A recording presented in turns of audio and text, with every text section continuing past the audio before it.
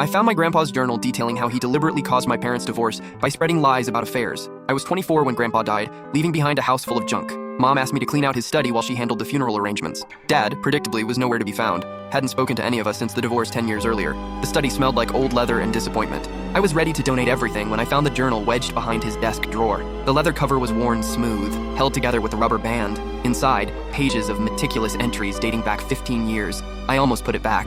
Grandpa's private thoughts weren't my business. Then I saw my parents' names. March 15th, planted the seed today. Told Helen I saw her husband talking to that secretary at the grocery store. Made sure to mention how cozy they looked. My stomach dropped. Helen was Mom's best friend. March 22nd, called David anonymously, disguised my voice and said his wife was seen at a hotel with her yoga instructor. He sounded shaken. I flipped through pages, my hands trembling. Entry after entry detailing a systematic campaign to destroy my parents' marriage. Fake phone calls, forged receipts planted in Dad's car, anonymous letters describing affairs that never happened. April 10th, the plan is working. Helen confronted David about the secretary. He denied it, of course, but doubt is already there. Tonight, I'll leave lipstick on his collar while he's sleeping. I remembered that night. Dad had come home late from a work dinner. Mom found the lipstick and screamed for hours. Dad swore he had no idea how it got there. We all thought he was lying. May 2nd, Phase 2 begins. I've been photographing strangers and will leave the pictures in strategic places. A woman getting into a car that looks like David's. The entries continued for months. Grandpa documented every lie, every manipulation, every planted piece of evidence. He was proud of his work, rating each scheme's effectiveness like a game. June 18th, success.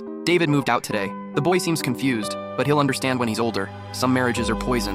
I was 14 then. I blamed myself for their constant fighting, thinking if I'd been better somehow, they would have stayed together. June 25th. Helen tells me David is seeing someone new already. Perfect timing. I'll make sure this gets back to my daughter.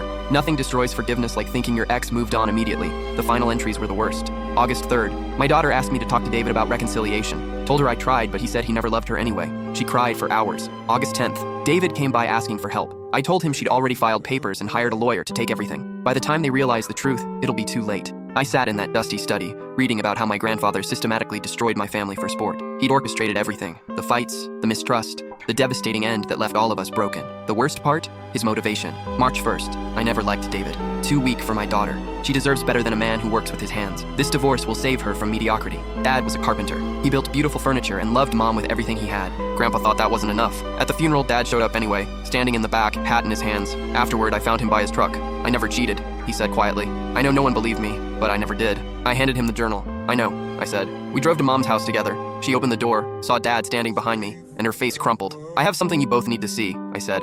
We sat at the kitchen table where they'd signed divorce papers a decade earlier. I read every entry aloud. Dad's hands shook. Mom covered her face and sobbed. When I finished, Dad reached across the table and took Mom's hand. 15 years, he whispered. We lost 15 years. They're remarried now. Grandpa's house sits empty because none of us can stand to live with his ghosts.